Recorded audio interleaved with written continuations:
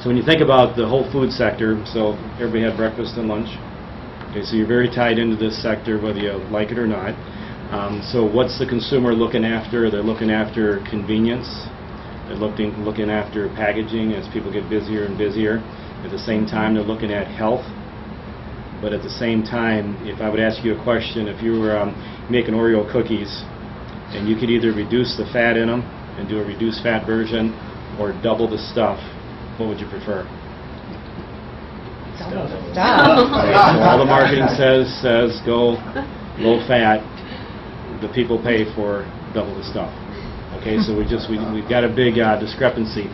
So all the data that you take a look at trying to work with in the workforce, just imagine how much consumer data is being pegged on each and every one of you every time you click on your computer, and every time you make a food choice, you're making a vote with what kind of food you want with the system. So there's a lot of things that work with it. And then organic actually is on the, so you talk about the health side of things, organic is actually not 5% of the fluid milk market.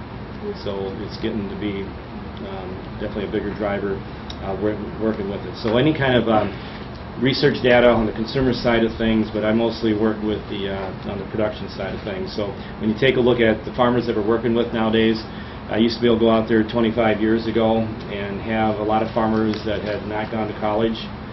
Nowadays I'm working with farmers that have doctorates, master's degrees, and they're managing these businesses just like the other farmers did 15, 20 years ago, and they've got kids coming out that are so technologically savvy. So most farmers that I work with have a smartphone. All their dairy data, like on their dairy cows, is sitting on that smartphone. So if they have a sick cow, if they have a cow that isn't giving as much milk today or something like that, it's all being recorded.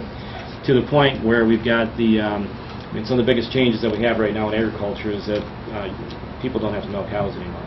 Okay, so robots are milking cows, and the same robot that's milking the cow is collecting so much data that you can't even fathom.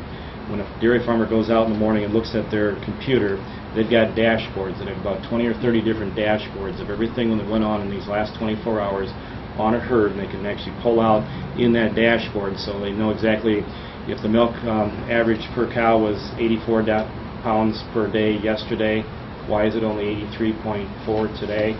And so they can actually go back, know which cows were they, and those cows are going to come up on a hot list, and I don't even have to press a button. Those cows are just going to come up automatically. There's 20 cows out of this 300 cow herd that you need to take a look at that something might be working with on them.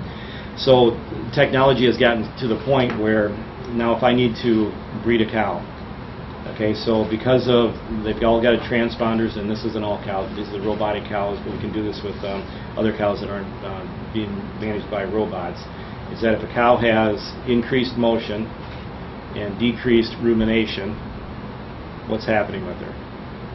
You intersect those two lines, and that's the exact time you need to breed this cow. So that data is just at their fingertips, where you don't even have to be on the barn looking at your cows anymore, because the computer's going to tell you when to, somebody still has to breed it, unless you got a bull, of course. But so that's just a few things. So the other thing we're realizing, especially on the dairy side of things, is that and people don't realize this, but dairy is probably the biggest economic development engine any community tends to have. And so they've seen this in New York, we see it in the Midwest, Wisconsin sees this, that every dairy cow you ever see is worth about $34,000 a year in economic development. So you take a look at even the city of Dubuque, and people think that the city of Dubuque is not dependent on agriculture, and that is bogus, because you talk to your lawyers, your insurance people, your bankers, just anybody is some way affected by this. So, and then we plus, in addition to that, you take a look at the transportation. So 20% of that food dollar actually goes, a lot of it's in transportation, packaging, marketing. So you just think about the businesses you have right here in the city of Dubuque that are so dependent on this agricultural sector. With so all that technology that I'll let everybody else that's involved in the manufacturing, you guys deal with that, but that heavily impacts us as well.